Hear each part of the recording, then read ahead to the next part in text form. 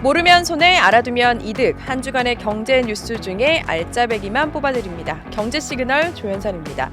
저희가 이번 주부터는 시간대를 옮겨서 매주 금요일 밤 10시에 영상이 업로드가 됩니다.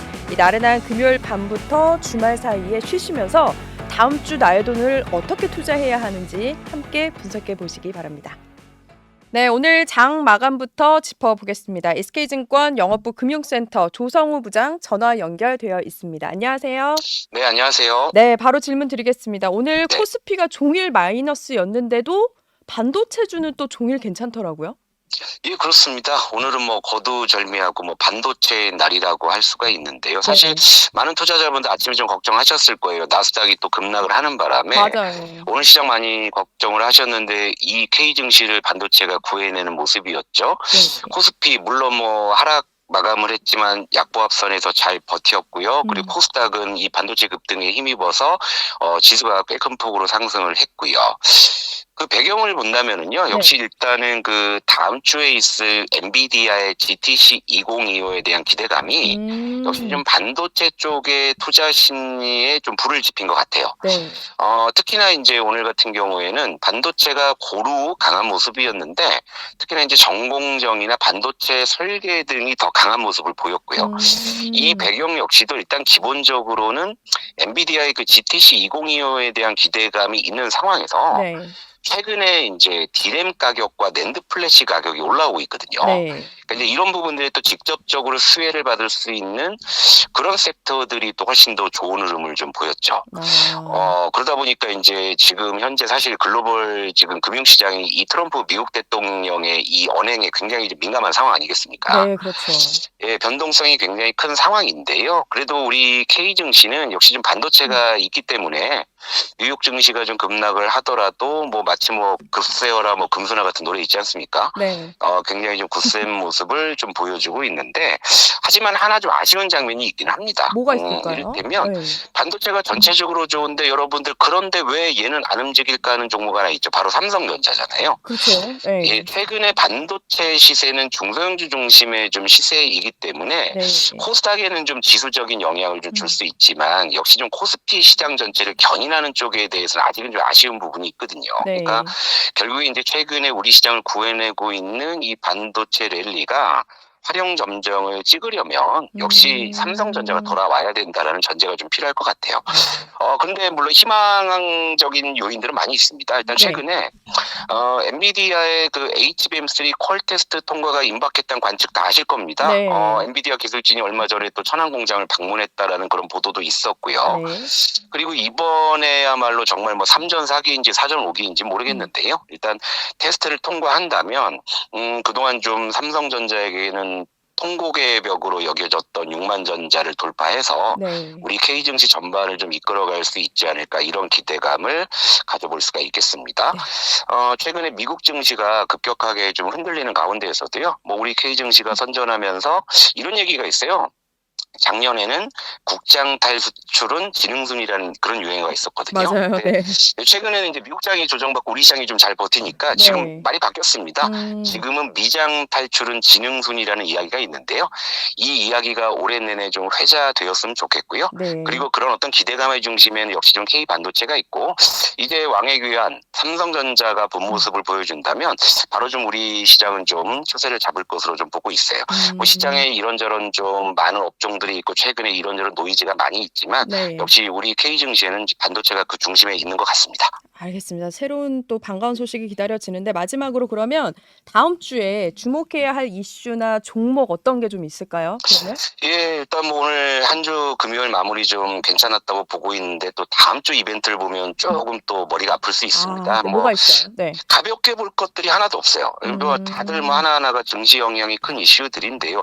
일단 이번 주말에는 미국의 그 부채 한도 만기가 도래하거든요. 지금 그렇죠. 네. 임시 예산안을 편성했는 상황인데 올해 또 그마저도 지금 만기가 도래했기 때문에 네.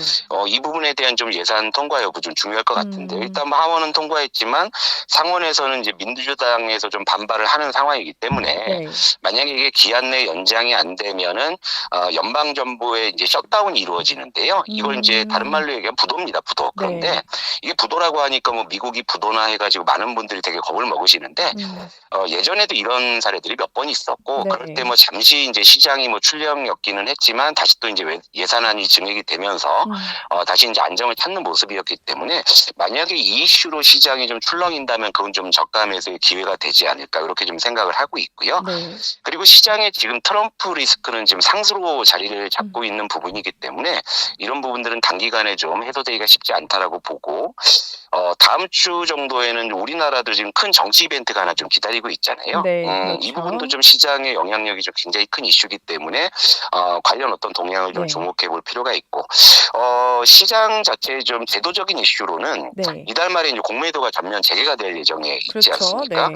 그러다 보니까 이제 여기서도 이제 좀 고민이 있으실 거예요. 특히나 이제 최근에 뭐 예를 들면 조선주나 방산주 같은 경우에는 굉장히 주가가 좀 많이 올라 있잖아요. 맞아요. 근데 이런 업종들이 좀 공매도 전면 재개에서 좀 수급적인 어떤 영향이 있지 않을까라는 좀 그런 어떤 좀 조심스러운 전망을 좀 해보고요. 네. 하지만 이제 여러 불확실성에도 불구하고 최근에 우리 K 증시가 매우 선전하고 있다라는 점은 굉장히 좀 긍정적인 요인이라 볼 수 있고 역시나 그 중심에도 좀 이제 이 반도체가 있기 때문에 네. 다음 주는 좀 삼성전자에 대해서 좀 관심을 좀 많이 가져보시는 것도 좀 좋지 않을까 이렇게 생각을 하고요. 네. 우리 시장이 뭐 다음 주에도 이런저런 이벤트나 이슈 때문에 좀 풍랑은 있을 수 있겠지만 방향은 좀 맞게 가고 있다라는 뭐 그런 어떤 좀 말씀을 좀 드리고 네. 싶습니다. 방향은 올바르게 가고 있다라고 말씀 주셨습니다. 알겠습니다. 조 부장님 감사합니다. 네, 감사합니다. 네, 돈이 되는 그날까지 함께 하시죠. 돈워리 시간입니다. 오늘은 IS 경제연구소 차영주 소장 모셨습니다. 안녕하세요. 예, 안녕하십니까? 저희 경제 시그널에서는 처음 뵙는 것 같아요. 예, 뭐 네. 좋은 코너, 좋은 이야기 많이 하도록 좀 자주 불러주시면 네. 잘 말씀드리도록 네, 하겠습니다. 알겠습니다. 저희는 일단 다짜고짜 여쭙고 시작하거든요. 예. 저희 오늘 주제가 테슬라인데 네, 테슬라 지금 담아놔야 되는지 던져야 되는지 더 사야 하는지 답변은 어떤 거세요? 일단 테슬라를 보유하고 계신 분들 입장에서는 네. 보유 의견을 좀 말씀드리겠고요. 더 사는 거와 던져야 되는 것은 일단 보류. 일단 보류, 모든 보류 일단 보류. 네. 지금은 보류고요. 그 보류에 대한 내용은 오늘 방송에서 풀어드리겠습니다. 좋습니다. 네. 자, 이 테슬라 주식 보면은 뭔가 너무 요즘 같아서는 네. 극단적으로 오르더니 이젠 극단적으로 오락가락 한다라는 생각이 좀 드는데 네. 불매 운동까지 이제 테슬라 나오고 그렇죠. 있는데 7주 정도 된 것 같아요. 하락세가. 이게 근데 이런 생각도 들어요. 혹시 머스크의 큰 그림인가 이런 생각도 드는데 혹시 뭐 그동안 어떤 일이 있었는지 한번 간략하게 정리하고 넘어갈까요? 일단 7주 정도 테슬라가 하락을 했는데 네. 그 전에 보면 대략 한 7주 정도 또 테슬라가 대략 주가가 올랐어요. 진짜 확인하는 맛이 좀 있었을 것 같아요. 산에 올라갔다가 지금 내려온 거다라는 네. 표현이 적절할 것 같아요. 근데 그 전에 어떤 일이 있었냐라고 한다라면 테슬라 주가가 어느 수준이었었냐 주봉을 놓고 보면 대략 한 200에서 250달러 정도에서의 횡보세를 좀 나타냈었어요. 네. 그런 상태에서 테슬라가 계속해서 긍정적인 흐름들을 좀 나타냈는데 일론 머스크가 이제 도지 장관으로 이제 취임할 것이다. 네. 그러면서 트럼프 대통령과의 어떤 우호설 이런 것들 때문에 선거 전에 기대감으로 인해서 500달러 찍는 거 아니야라는 수준까지 테슬라 주가가 올라갔었었죠. 근데 이제 막상 장관에 취임하고 나서 보니까 여러 가지 이제 국민들이 바라볼 때 좀 불편한 것들이 있죠. 그렇죠. 인턴들을 내보낸다라든지 네. 예산을 절감한다라 해서 좀 과격한 발언을 때로는 한다라든지 이러한 부분들을 하다 보니까 반감이 조금 있었던 것 같아요. 그런 것들 더군다나 지금 트럼프 대통령이 추구하고 있는 관세 정책 네. 이런 것들도 테슬라한테는 분명 악재거든요. 그렇죠. 왜냐하면 테슬라 자동차의 60%가 중국에서 생산이 됩니다. 그것이 미국으로 갖고 오거나 네. 이렇게 된다라면 여기 또 관세가 부과되는 거 아니겠습니까? 그렇죠. 이런 부분들에 대한 것들이 서로 악재로 작용하면서 또 더군다나 지금 일론 머스크에 대한 횡보에 대해서 글로벌리 많은 사람들이 반감들이 좀 있다 보니까 직접적으로 네. 반대 의사를 표시할 수 있는 제일 좋은 방법은 뭐죠? 차를 구매 안 하는 거죠. 그렇죠. 그러다 보니까 전반적으로 테슬라 주가가 좀 내려왔는데 근데 제가 앞서 보류라고 말씀드렸던 네. 이유가 바로 그거예요. 그렇다면 테슬라가 여기서 큰 악재에 빠져서 테슬라 주가가 이제 끝나는 거 아니야라고 네. 볼 수 있습니다만 7주 내려왔지만 그 전에 7주 정도 올라간 거거든요. 네. 그러니까 산에 올라갔다 내려온 거예요. 제자리에 온 거네요. 그렇게 제자리에 온 거예요. 치면은. 예, 그러니까 우리가 그 코스피를 박스피라고 우리가 얘기를 네. 하거든요. 2015년 이후부터 박스피다라는 얘기들을 하는데 그게 박스피에서 잠깐 벗어났던 적이 있어요. 언제? 동학개미 운동 때. 근데 그렇죠. 결국 동학개미 운동 이후에 지금 현재 2,500선에 박스피로 다시 내려왔거든요. 그러니까 약간의 기대감으로 올랐었던 것들에 대한 것들을 반납했다라는 정도지 이게 지금 $200 이하로 내려갔다라면 이건 문제가 심각하죠. 네. 물론 가능성이 있다 없다라고 좀 논하기엔 아직은 좀 이릅니다만 현재 상태라고 보면 벌었던 거를 반납했기 때문에 큰 문제는 아니다. 크게 뭐 비관적인 상황은 아니다. 아니다. 이런 근데 말씀이네요. 이제 시청자분들이 느끼기에 원래 가장 배 아픈 게 먹었던 거 토해내는 게 가장 아파요. 그쵸, 아깝죠. 예, 차라리 다 빠지면 저도 이제 네. 증권회사 오래 있을 때 고객분들 얘기를 보면 주가가 다 빠지면 고객분들이 특별히 항의는 없어요. 너도 힘들지, 나도 힘들다. 네. 이건데 야 이거 내 주머니에 왔던 게 나간 거기 때문에 그쵸. 원래 이제 계산으로 하면 테슬라의 나의 그 단가는 네. $490인데 억울하고 지금 $240가 맞아요. 뭐냐 이제 네. 이런 거기 때문에 심리적인 억울함인데 좀 냉정히 보면 지금 상태에서 조금 긴장은 하긴 해야 될 것 네. 같아요. 그 긴장을 해야 될 내용들을 하나하나 조금 또 더 살펴봐야 되지 않을까 싶습니다. 이게 참 신기하다고 생각한 게 보통은 산업의 어떤 전반적인 영향이라든지 기술의 영향일 수 있는데 네. 이 테슬라라는 거는 어떤 전환점이 이제 1월부터 있었지만 그렇죠. 머스크의 입 행동에 전적으로 달려지는 것 같아요. 점점. 네. 그렇지 않나요? 이게 그 테슬라, 그러니까 원래 그 CEO들, 기업 CEO들이 정치적인 행보를 잘 안 하려고 그래요. 왜냐하면 정치라는 것은 각각의 생각들이 있고, 네. 그 분명 그 긍정적인 분들도 있습니다만, 거기에 또 반대하시는 분들도 있거든요. 그렇죠. 그런 것들에 대한 불매 운동이 일어날 수도 있다라는 거죠. 우리가 단순하게 봤을 때, 일본이 독도 문제를 얘기했을 때 우리가 일본 제품을 불매한 거 아니겠습니까? 네. 그 불매한 이유가 단순하게 일본이 싫어서지 그 제품이 나빠서는 아니었어요. 맞아요. 대표적으로 이제 유니클로라는 그 기업 같은 네. 경우도 가성비가 좋았다는 인식들이 있었습니다만 그런 것들이 있었고 뭐 특정 자동차 브랜드도 그때 이제 사라졌었던 그런 네. 부분들도 있고 또 중국 같은 경우도 우리가 이제 또 북한과의 문제, 미사일 문제 때문에 또 우리나라 제품이 안 팔렸던 거 네. 이런 것들이 있기 때문에 그런 부분들에 있어서 일론 머스크가 이제 트럼프 그 이제 대통령과 관계를 했을 때 우려하는 목소리들이 분명히 있었어요. 그런데 그렇지만 워낙 또 도깨비적인 그런 분이라 네. 나름대로 잘 해결할 수 있을 것으로 그렇게 봤는데 지금 현재 어떻게 보면 일론 머스크가 미워서 테슬라를 안 산다는 것도 있겠지만 트럼프가 미워서 오히려 트럼프가 더 애착을 갖고 있는 일론 머스크에 대한 그 자동차 판매량의 감소 이런 것들도 있는데 또 한 가지 이제 이렇게 보면 꼭 그것만이 이유일까? 그건 또 아니겠죠. 네. 우리 아들 표현에 의하면 아빠 테슬라 모델이 그러니까 우리 아들 표현에 네. 의해요. 20대에 보면 모델이 좀 구려. 그러기도 해요. 네, 그러니까 왜냐하면 이게 벌써 모델 노후화가 된 거죠. 이미 이제 많이 오래- 나왔으니까. 그러니까 오래전 네. 모델이고 신모델 같은 경우 우리가 자동차 업계가 신모델을 계속 모델을 업그레이드 시키는 것들이 제품도 그렇잖아요. 네. 이게 소비를 촉진시키는 거죠. 그런 부분들인데 테슬라는 지금 몇 년째 동일 모델이 지금 나오고 있는 비슷하죠. 상태고 네. 그 모델 형태도 비슷한 모델들이 나오다 보니까 젊은 층들에게 매력도가 상당히 조금 그 틈새 시장을 누가 잡아먹었느냐? 우리 현대기아차가 정말 그렇죠. 드라마틱하게 네. 이제 잡아먹고 있고 중국도 전기차 보면 모델들이 정말 좋아요. 획기적으로 나오긴 했죠. 엽기적으로 나온 맞아요. 것들이 있어요. 네. 그런 거 하고 테슬라를 딱 이게 테슬라니 아니야 그러니까 이름을 지우고 똑같은 모델을 놓고 본다라면 젊은 20대 30대들에게 어필하는 부분들이 테슬라가 조금 아쉽다 이렇게 말씀드릴 수 있겠습니다. 이 앞서 인식도 얘기를 해주셨는데 일종의 이제 트럼프가 싫어서 감정 표현을 하는 그렇죠. 거다라고 했는데 또 이런 부분도 있어요. 설문조사에도 나왔는데 네.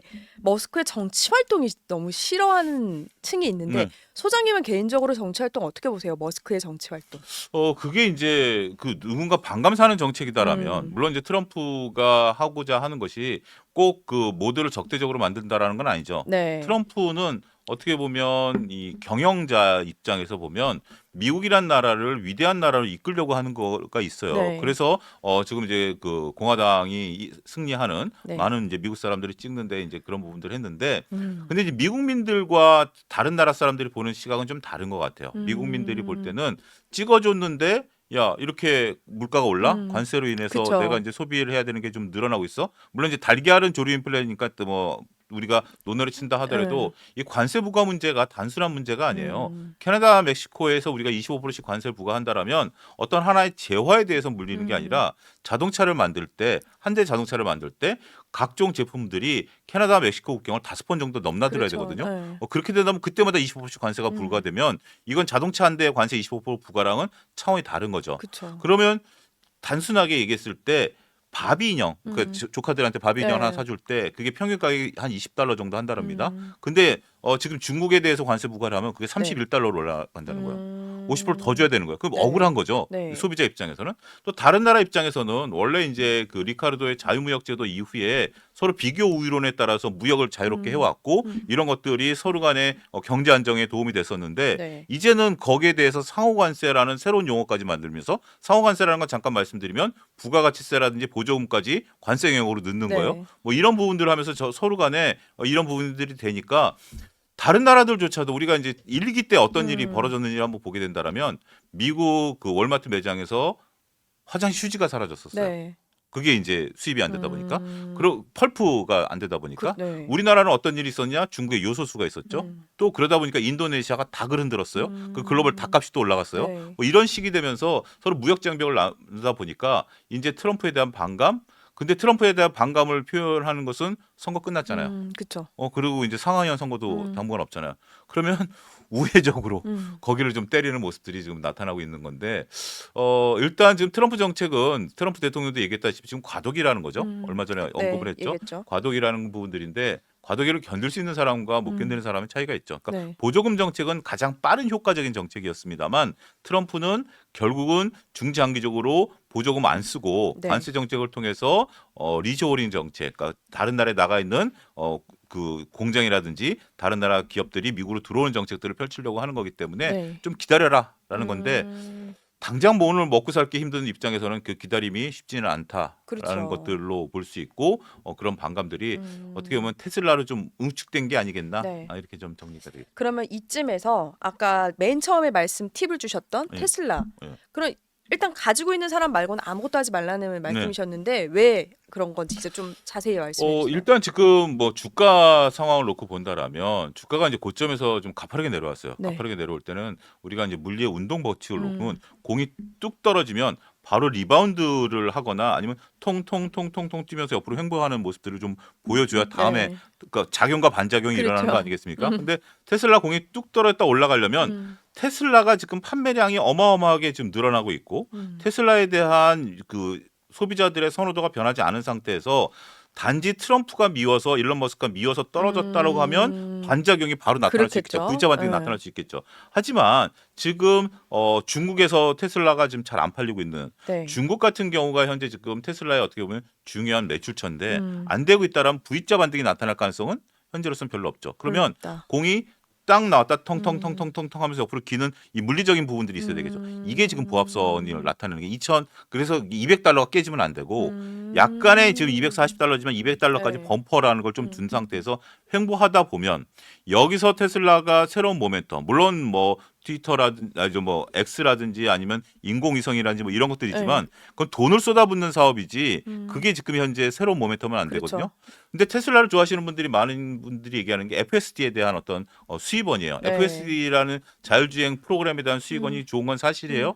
근데 이렇게 생각을 해보셔야 될 것 같아요. 기존 판매량이 워낙 많으니까 FSD에 가입하시는 분들이 많아요. 네. 자율주행에 대해서 많은데 그게 기업의 어떤 존속적인 이유를 보려면 추가적인 매출이 일어날 수 있는 신규 매출이 계속 일어나줘야 되거든요. 자, 우리가 지금 채널A도 시청자가 계속 늘어나줘야 되는 것이지 시청자가 있는 상태에서 여기서 방송 프로그램을 많이 쏟아넣는다 그래서 새로운 모멘텀이 생기는 건 아니잖아요. 그렇죠. 그럼 모든 기업이 마찬가지입니다. 그런데 지금 현재 FSD가 판매되고 있는 것은 기존 차량 보유자분들에게 새로운 모멘텀으로 쫙 나가고 있는 건 맞는데 네. 투자자들은 그런 거예요. 그 다음엔 뭐? 음. 그 다음엔 어떤 거야? 차가 팔려야 되는 거 아니야? 그럼 이게 어느 정도 눈에 보이는 시장을 장악하고 나면 그 다음 시장에 확장성이 없네? 네. 이런 부분들이 있기 때문에 일단 옆으로 횡보하는 그러니까 지금 제가 테슬라 주가가 앞으로 긍정적으로 올라갈 수 있는 가장 네. 베스트 모습은 옆으로 횡보입니다. 옆으로 횡보. 옆으로 횡보한 상태에서 떨어지지만 않으면 되는 떨어지가 거네요. 지금 삼성전자가 네. 5만 원을 안 끼고 있잖아요. 네. 옆으로 횡보하고 있잖아요. 음. 굉장히 강한 겁니다. 오히려 유지가 되는 거니까. 유지가 되고 지금 네. 삼성전자에 대해서 조금 약간의 좀 불편한 얘기들도 나오고 여러 가지 얘기가 나오는데 주가 안 밀리잖아요. 맞아요. 그러면 삼성전자는 지금 힘을 모으고 있는 거예요. 테슬라도 이런 모습들이 나와야 돼요. 그렇기 때문에 조급해할 필요는 없다. 그러면 통통 옆으로 튀는 거는 어느 정도의 기간을 좀 보세요? 그 기간은 어느 정도 기간일지는 몰라요. 근데 그 기간이 길어지면 위로 올라갈 확률이 점점점 많아지는 거죠. 오히려요? 오히려. 점점 더 내려가는 게 아니라. 예, 오히려 더 많아지고. 근데 주식 그 차트의 이론을 보면 네. 횡보 기간만큼 위로 쓴다라고 합니다. 그러면 예. 이 뭐 반등의 기회라든지 아니면 더 옆으로 유지가 되는 기간이라든지 이게 그럼 이걸 유지하거나 반등하기 위해서는 어떤 모멘텀이 또 필요한 거예요? 지금으로서는. 일단 지금 거래량들이 조금 뒷받침돼야죠. 거래량. 거래량이 그러니까 이제 이게 그러니까 그거를 우리가 그러니까 지금 상황에서 무엇이 있어야 되느냐가 아니라 네. 다른 사람들이 어떻게 생각하느냐를 보는 게 가장 중요해요. 우리가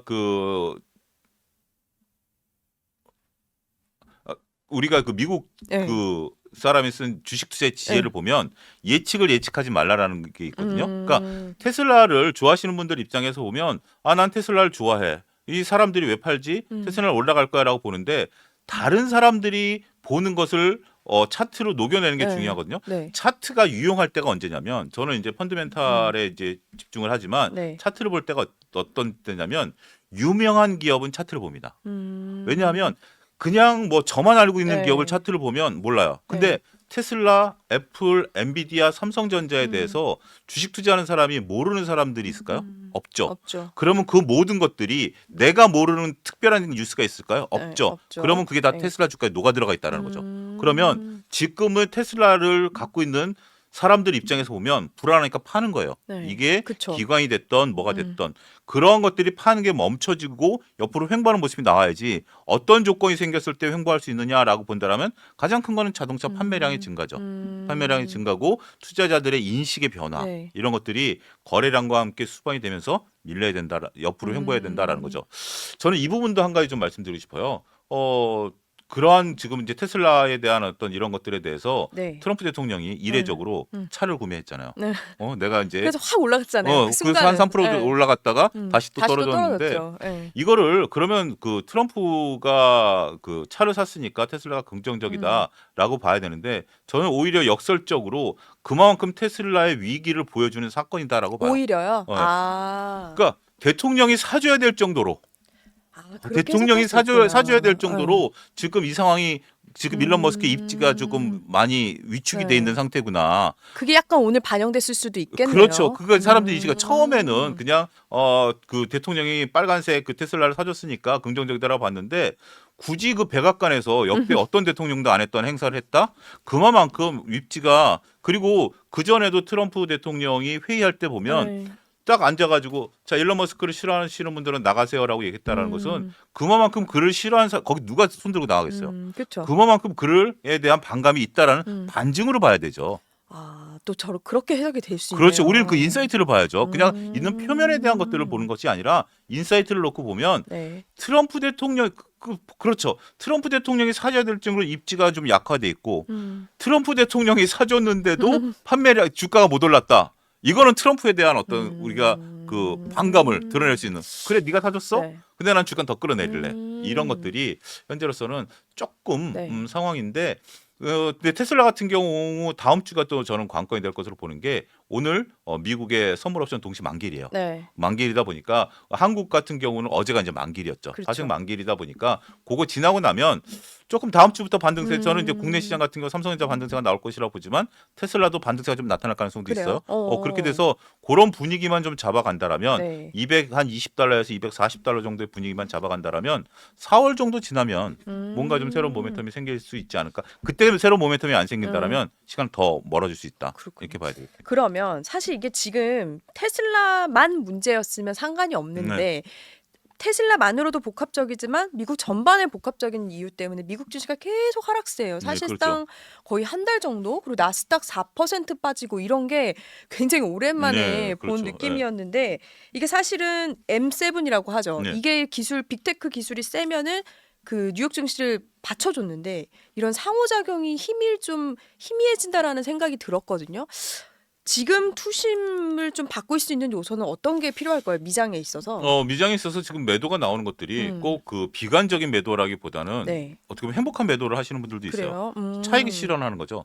아 차익 실현. 야, 저가 바닥에서 매수보다는 네. 차익 실현. 우리가 네. 2022년 같은 경우 우리나라도 9월 달에 상당히 나빴고 네. 미국도 그때 당시에 나빴는데 그때는 손절이었죠. 그렇죠. 근데 지금은 내가 100 먹을 거 30이라도 먹자라는 네. 행복한 부분들이죠. 음, 그리고 이제 트럼프 발의 관세 정책이 하루 단위로 바뀌잖아요. 그렇죠. 네, 영화 강릉의 네. 영화에 음. 그런 장면이 있어요. 우리가 보면 태풍 불 때 네. 바다 나가는 거 아니다. 네. 그러니까 지금은 미국의 증시의 특징은 거래량이 줄었다라는 거예요.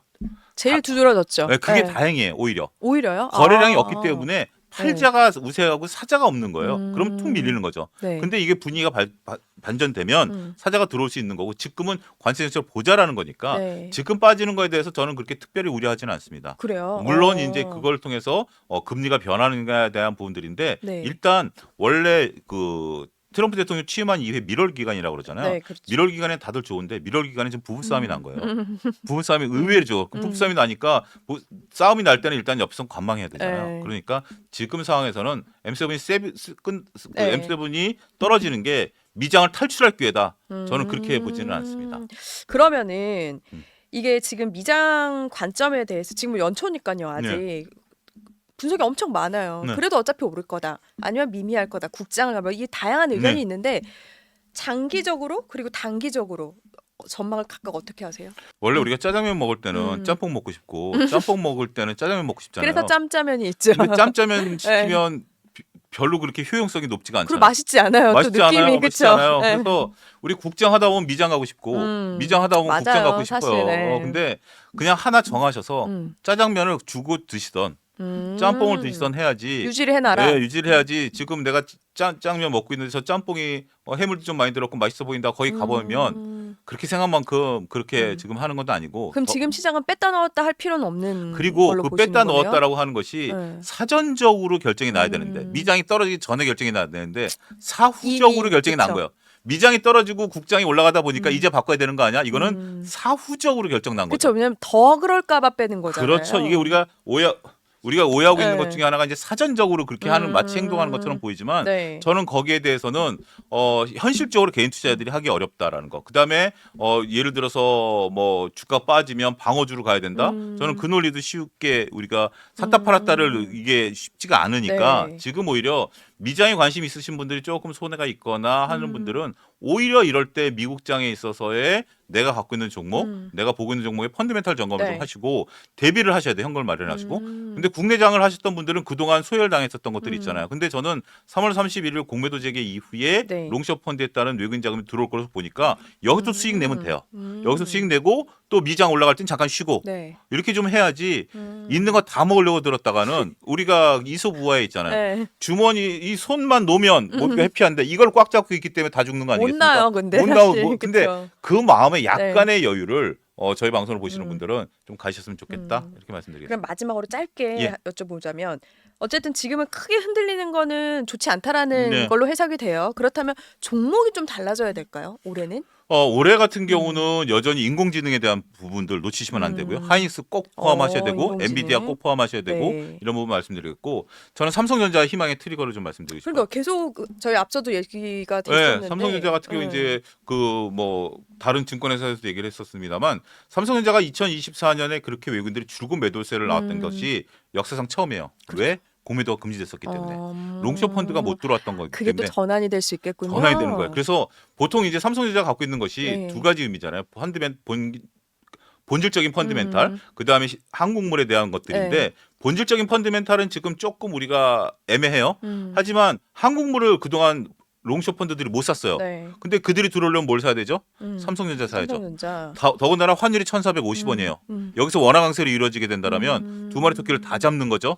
그렇다면 이제 파생 만기가 끝났고 네. 물론 다음 주에 이제 정치적인 이슈가 있긴 합니다만 네. 그거를 제외한다라면 오히려 그래서 주식이 빠진다라면 저는 3월 31일을 대비해서 삼성전자를 지금은 6만 전자 밑에서 살 수 있는 것을 행복하게 사야 되는 시기가 아니겠나 이렇게 오, 정리하겠습니다. 지켜보겠습니다. 소장님 오늘 너무 재미있는 인사이트까지 알려주셔서 저희 또 한 번 더 모셔서 네. 재미있는 이야기 하겠습니다. 감사합니다. 감사합니다. 네, 이번에는 이 코너 주제부터 알아보겠습니다. 주제 알려주세요. 네, 네, 서울 집값입니다. 네, 이은영 연구원님 모셨습니다. 안녕하세요. 안녕하세요. 안녕하세요. 자, 저희가 컨셉이 다짜고짜 여쭙고 시작해요. 네, 팁을 좀 주시면 이번 주에 보니까 서울 아파트 값이 모든 자치구가 이제 올랐던데 서울의 전체 상승세가 시작되는 시점이라고 봐도 되는 걸까요?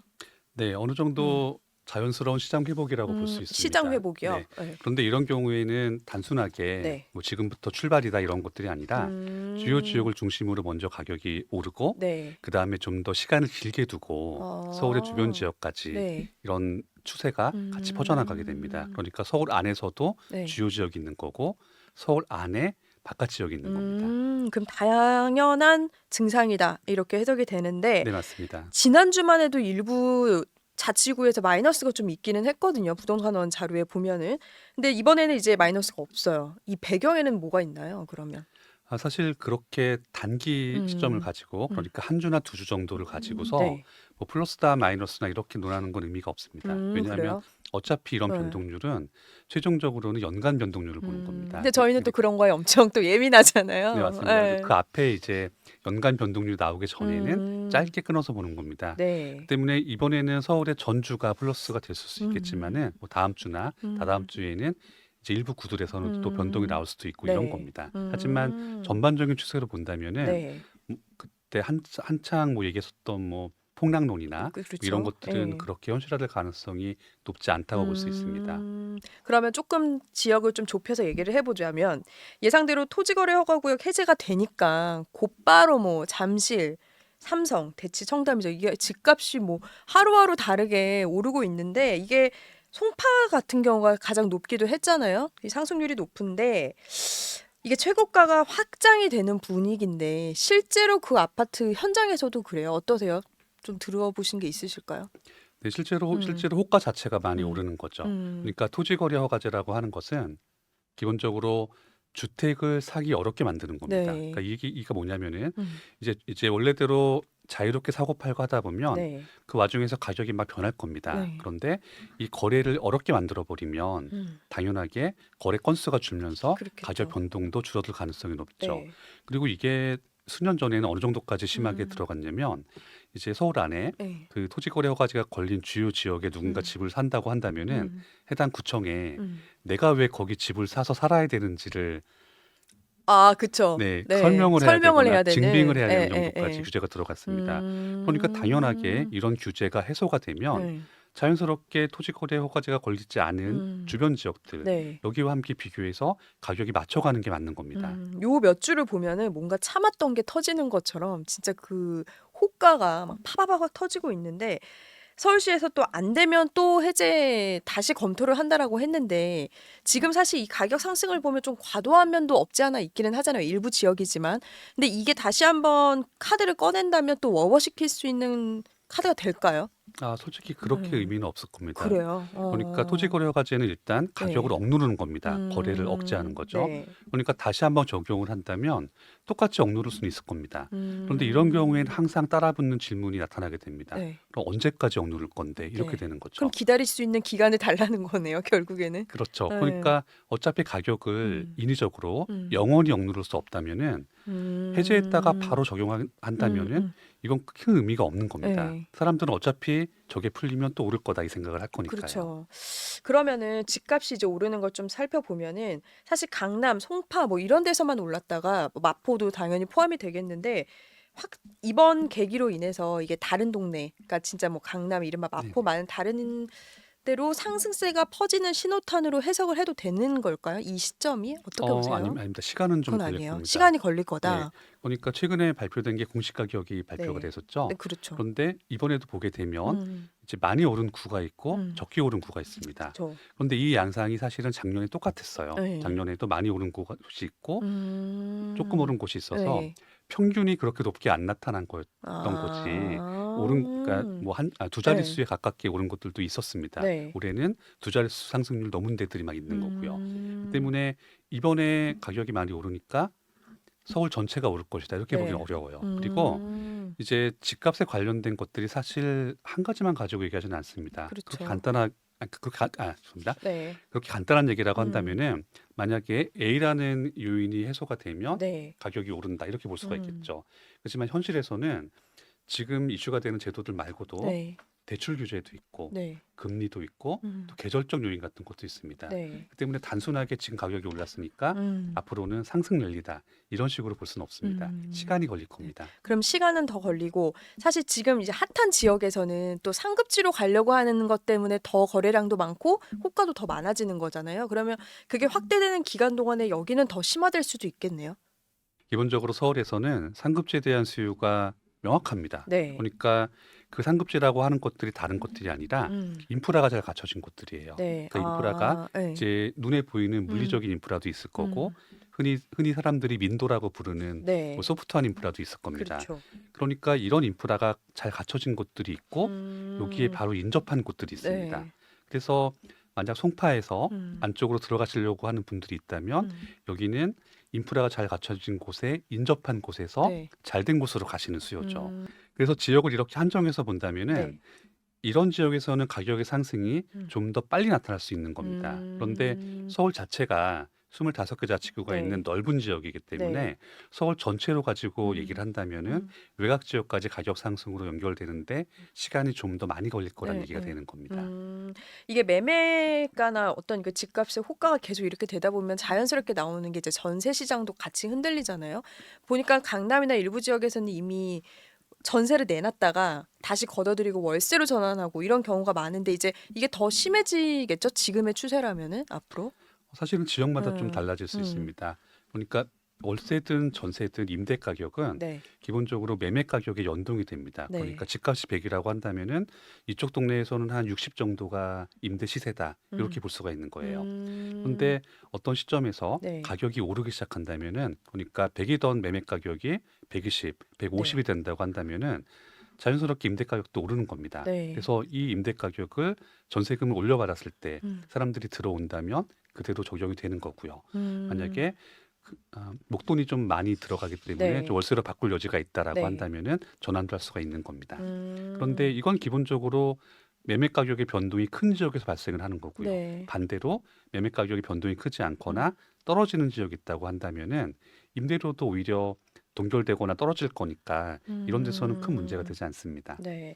이게 사실 그동안 집값 잡는다고 대출도 잡아보고 인하도 뭐 이렇게 적용시켜보고 했는데 사실 일부 지역에서는 그게 끄떡도 안 하는 느낌이 들기는 해요. 근데 지금 뭐 토어제는 나왔고 근데 또 남은 것 중에 하나가 금리 인하라는 것도 있고 공급 해결도 있을 텐데 이게 그 과한 시장을 잡을 수 있는 결정적이진 않겠지만 어떤 이 키가 될까요?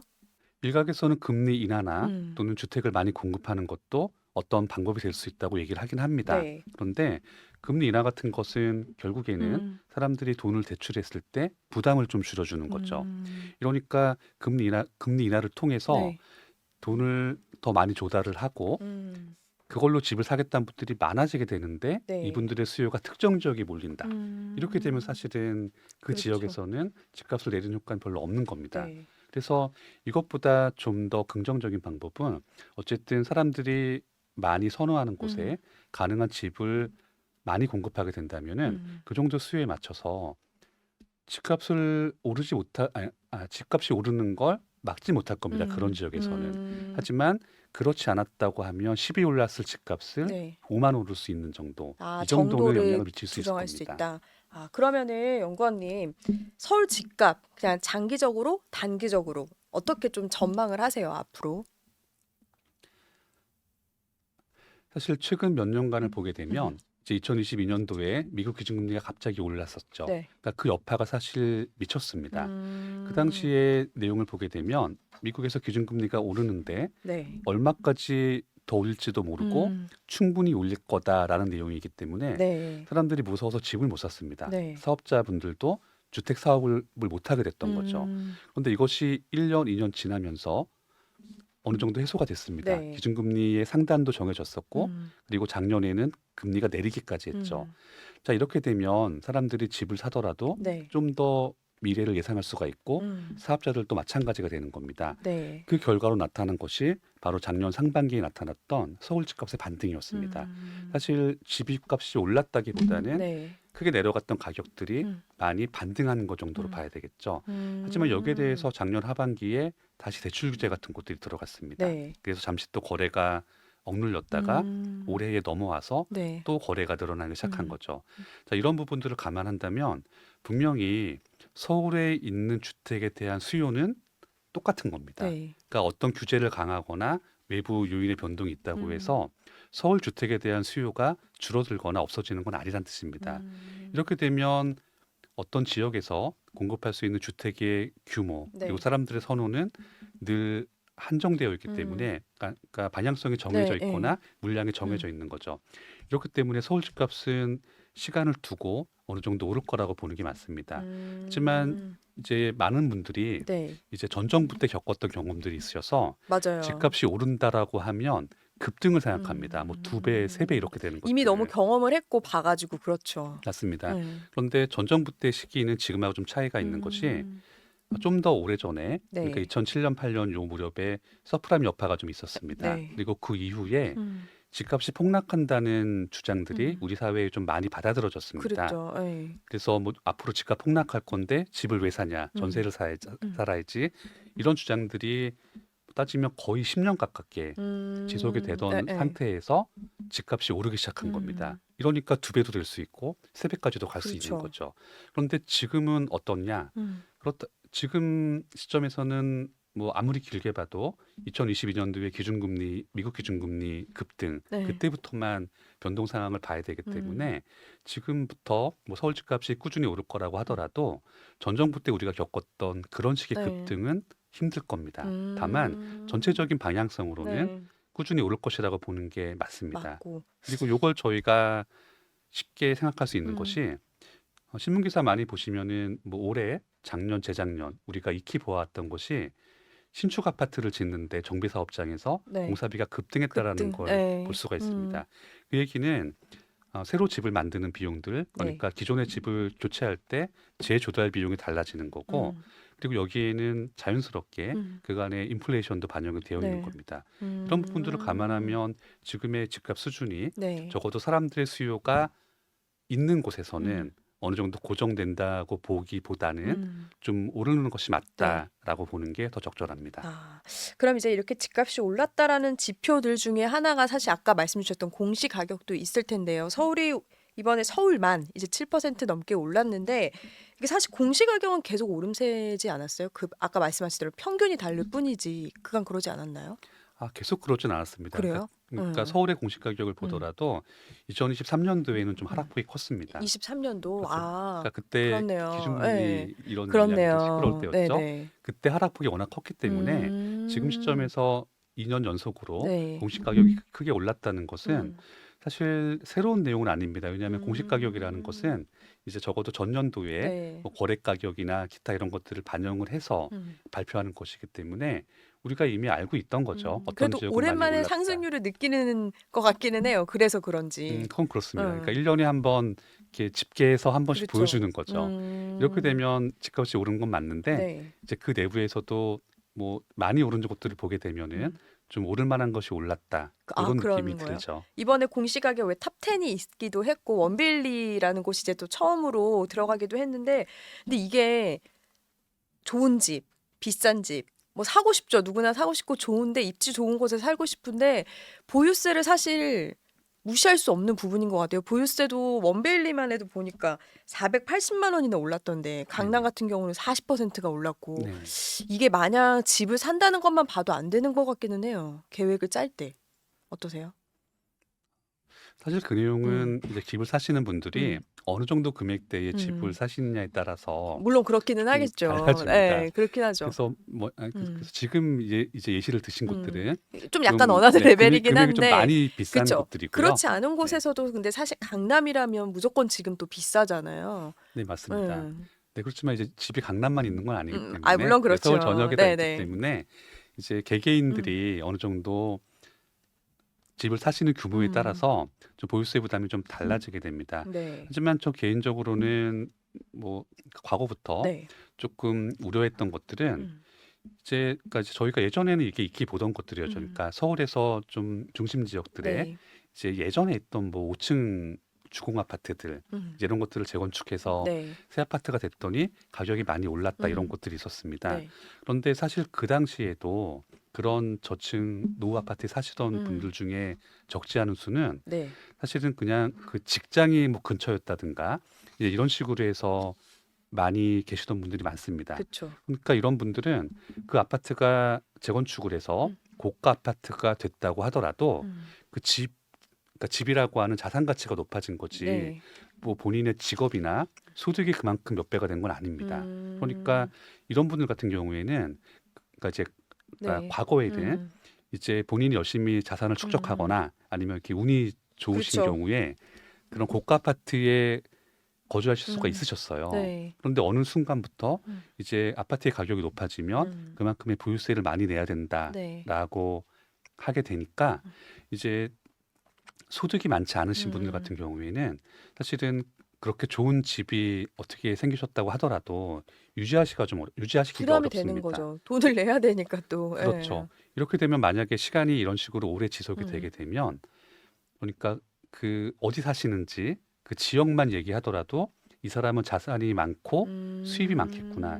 이걸 짐작할 수가 있게 될지도 되어 모릅니다. 되어 버려 가는 것 같기도 하고요. 그렇죠. 그러니까 예. 예를 들어서 만약에 저 집을 하나 가지고 있는데 그 집은 1년에 세금이 1,000만 원이다. 음. 2천만 원이다. 네. 이렇다고 한다면은 그 집이 자기 거라고 했을 음. 때 그분은 자기 집이 어디라고 말만 하는 순간 네. 그걸 듣는 순간 음. 듣는 상대방은 음. 저분은 세금을 얼마씩이나 내고도 음. 충분한 생활을 하신 만큼 소득이 그럴 수 있으시겠구나. 있죠. 이걸 예. 짐작할 수가 있지 않습니까? 음. 그래서 너무 과도하게 네. 이제 다른 요인들을 많이 감안하지 않고 음. 집만 상대로 해서 보유세를 크게 올리는 것이 바람직한 것인가라는 것에 대해서는 저희가 좀 더 네. 논의할 여지가 있습니다. 이거는 진짜 나라 자체에서도 어느 정도의 약간 논의를 해서 좀 생각해 볼 만한 문제라는 생각이 또 들기도 하고요. 이제 마지막 두 질문이 남았는데 이제 집을 사는 사람, 옮기는 사람 입장에서 말씀을 드릴 거예요. 일단은 급등의 시대는 조금 어렵다고 하셨고 하지만 서울의 집값은 상승세는 맞을 거다라고 하셨다면 지금 이제 집을 갖고 있는 A라는 동네에서 사는데 이제 더 좋은 곳으로 옮기고 싶어 하잖아요, 보통은. 그럼 지금이 조금 괜찮은 시기라고 좀 보시나요? 어떠세요? 전 나쁘지 않다고 생각합니다. 그래요? 네. 왜냐하면 사실 서울 같은 지역에서 그러니까 분양 같은 네. 수단이 말고 이제 오롯이 본인 돈으로 네. 대출도 하고 해서 옮기신다고 할 때 이런 경우에는 어떻게든지 간에 그 살려고 하는 집의 가격이 내렸을 때 사는 게 좋은 겁니다. 그러니까 지금이 상승세니까 오히려 지금 조금이라도 내려 있을 때 사는 게 좋다라는 그런 의미로 해석할 수 있겠네요. 아니요, 그 뜻은 아니고 그건 아니고. 이제 저희가 네. 앞서 이미 얘기했던 음. 것들, 뭐 미국 기준금리 다 2022년도 고려해서 그때 네. 이랬었다라고 얘기를 했었으니까 이제 그때 가격이 내렸을 때 사셨다면은 그럼 지금 더 아직 안 산 분들은 좋으셨겠죠. 네. 그런데 이제 이게 또 지역마다 다른 겁니다. 이제 서울에서도 좀 주요 지역들은 네. 어느 정도 가격이 많이 회복했거나 오른 곳들이 있는데 네. 서울에서도 외곽 지역들은 또 과거와 비교해서 가격이 크게 변동하지 그렇죠. 않은 곳들이 있습니다. 네. 그렇기 때문에 만약에 이런 집들이라고 한다면은 외곽이라고 한다면 뭐 2년 전에 집을 샀나 지금 사나 이렇게 큰 차이가 그러니까 큰 차이가 네, 없이 네. 약간만 차이가 있는 거죠. 근데 반대로 중심지라고 한다면은 가격 차이가 많이 많이 벌어졌습니다. 나겠죠. 네. 그러니까 본인이 만약에 어디 집을 사신다는 거에 따라서 좀 달라지게 되고 네. 그리고 이미 서울 외곽 지역도 지난 몇 년간 가격 변동이 크게 나타나지 않았습니다. 네. 그러니까 그런 지역에서는 전세를 사시기에 적당한 시기가 그때였던 거고요. 네. 그리고 지금부터 뭐 2년, 3년 뒤를 보게 되면 어느 정도 조금씩이라도 시세에 맞춰서 아니면 좀 더 먼 서울 지역과 같이 맞춰서 네. 가격이 변동할 가능성이 높습니다. 음. 그러니까 지금 시점에서 이제 서울 안에서 네. 그리고 가격이 조금 안정적이라고 할 수 있는 아파트에 한정한다면은 지금부터 집을 사시고 보시는 것도 네. 전 나쁘지 않은 선택이라고 어, 생각합니다. 그렇다면 이번엔 무주택자라면은 뭐 인서울이 될 수도 있겠고요. 무주택자 같은 경우도 지금이 상승세를 전망을 한다면 지금 조금 움직이는 것도 도움이 될 수 있겠네요. 어떠세요? 사실 무주택이신 분들은 선택지가 늘 두 가지입니다. 이제 하나는 익히 아시는 분양이죠. 네, 그렇죠. 그런데 근데 많은 분들이 분양이 당첨되기가 너무 힘들다 보니까 점점 더 힘들어지는 것 같아요. 그래서 그 다음 차선으로 일반 주택을 매수하는 걸 택하십니다. 네. 그러니까 이런 분들도 사실은 집을 옮기시는 음. 분들이나 새로 매수하시는 분들이나 입장은 똑같으신 거죠. 왜냐하면 이 음. 상황 여건에서 네. 가격이 어떻게 될 거다라는 것이니까요. 음. 그렇기 때문에 무주택이신 분들도 이제 본인의 자금 여력이 있으신다고 한다면 네. 매입을 고려하시는 것도 전 나쁘지 않다고 생각합니다. 요 시점에. 네. 그리고 이게 자기 집이라고 하는 것은 네. 사실 저희가 집이 뭐 비싸고 그리고 전 정부에서 많이 규제 이런 얘기가 나왔던 것들도 사실은 두 가지밖에 없었습니다. 네. 다주택자들, 그러니까 그렇죠. 이제 투기라는 프레임이 네. 들어가 있죠. 음. 그다음에 너무 고가 주택인데 음. 세금이 좀 낮았다. 이제 요 두 네. 가지였죠. 그러니까 이 두 가지에 해당하시지 않으신 분들은 본인 집이 하나 있는데 이 집이 조금 오르든 내리든 네. 사실 이게 중요하지가 중요하지 않습니다. 않는. 주거 안정성을 확보했다는 네. 게 더 중요한 거죠. 네. 그리고 이게 적어도 서울 지역이라고 한다면은 음. 집을 사셔서 그렇게 손해 보실 일이 지금 시점에서는 그렇게 있으실까 싶습니다. 그리고 이제 지금까지 네. 집이 없으시거나 이제 이런 유튜브를 보시는 분들이라고 한다면은 아마 아주 좋은 지역에 네. 아주 비싼 주택보다는 그냥 일반적으로 접근할 수 있는 범위의 집을 음. 보실 가능성이 높습니다. 네. 그렇게 저희가 보시는 분들을 좀 생각을 한다면 지금 시점에서 매수 고민을 하시는 게 고려를 하시는 게 나쁘지 저는 않겠어요. 나쁘지 않을 것 같습니다. 알겠습니다. 오늘 급등은 어렵지만 서울 집값은 상승세를 탈 거다라는 그래도 들으시는 시청자분들은 좀 긍정적인 신호가 될 거라는 생각이 듭니다. 지금까지 대한건설정책연구원 이은영 연구원님과 함께했습니다. 오늘 말씀 감사드려요. 네, 감사합니다. 네, 경제 시그널 준비한 이야기 여기까지입니다. 저희는 앞으로 매주 금요일 밤 10시에 채널A 공식 유튜브에 업로드됩니다. 알람, 구독, 좋아요, 댓글은 여전히 잊지 말아주시고요. 부자 되세요. 고맙습니다.